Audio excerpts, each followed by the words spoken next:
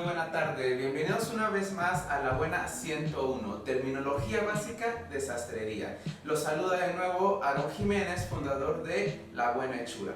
Para esta ocasión, el tema que vamos a ver van a ser las diferentes partes de la solapa. Y para ello, primero vamos a diferenciar los dos tipos más básicos de solapa que existen, que aquí las podemos ver. Tenemos la solapa de crán, que normalmente la encontraremos con sacos de hilera sencilla o hilera recta, y la solapa de punta de lanza, o también conocida como solapa de pico, que de hecho es más común en los sacos cruzados, pero también es permitida en los sacos de hilera sencilla. Habiendo diferenciado eso, vamos a repasar primero las partes de la solapa y luego entender cómo podemos hacer uso de ella.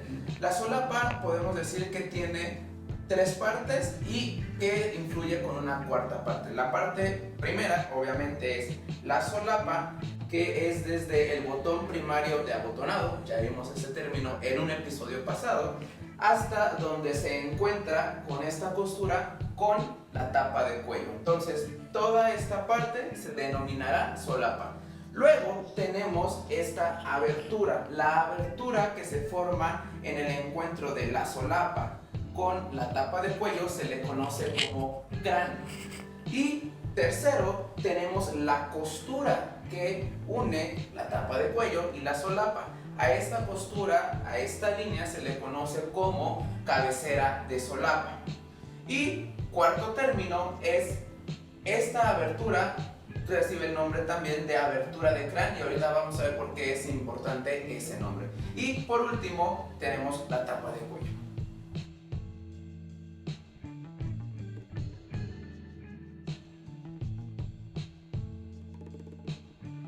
Entonces, ahora empecemos con la abertura de crán. Aquí podemos ver dos aberturas de crán diferentes. Una abertura muchísimo más cerrada, o sea, el ángulo que crea es mucho más cerrado, y aquí podemos ver una abertura de crán mucho más abierta. Hay unos sacos en especial que se les conoce como crán de boca de pescado, que son un ángulo muy cerrado, que de hecho nos recuerda como un dato estético de la sastrería francesa.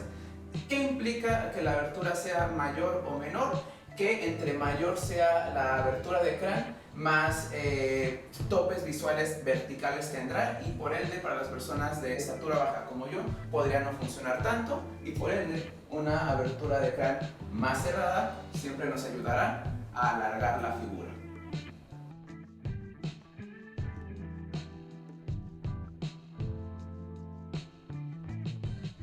Segundo detalle a tomar en cuenta, la altura de cráneo. Qué tan arriba, o sea, qué tan cerca está de la costura de hombro, o qué tan abajo, o sea, qué tan separada está de la costura de hombro. Como pueden dar cuenta, esta es una altura de cráneo alta y esta es una altura de cráneo baja.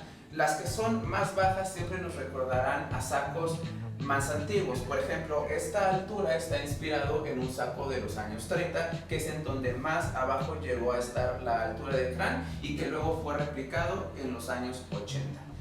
¿Qué es importante entender con la altura de crán? Lo mismo, la verticalidad que va a crear en nuestro cuerpo. Por ejemplo, recordarán que cuando hablamos del botón primario de abotonado, comentábamos que entre más bajara el botón, más alargaba el escote. Bueno, eso sumado a una altura de crán más alta, alargará visualmente aún más el escote. Por ende, si la altura de crán es baja, más corto puede llegarse a ver el escote. Normalmente ahí es cuando pueden empezar a jugar con las proporciones.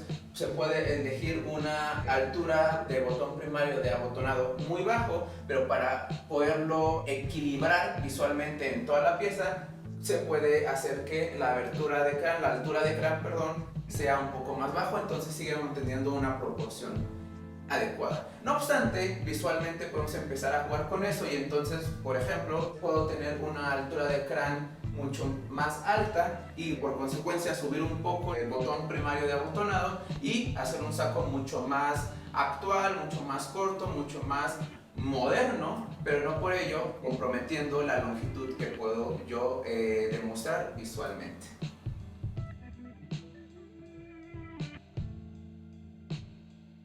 por último, tenemos la diagonalidad de la cabecera de cráneo.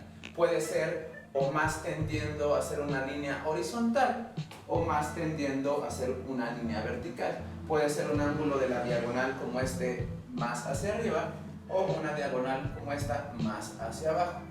¿Por qué es importante entender que existen diferentes tipos de diagonales de la cabecera del cráneo? Porque eso también va a implicar en la verticalidad que buscamos en nuestra figura y en nuestros ángulos. Siempre, por obvias razones, entre más vertical sea la cabecera del cráneo, más nos alargará la figura, y entre más horizontal sea la cabecera del cráneo, más la equilibrará y la volverá menos alargada.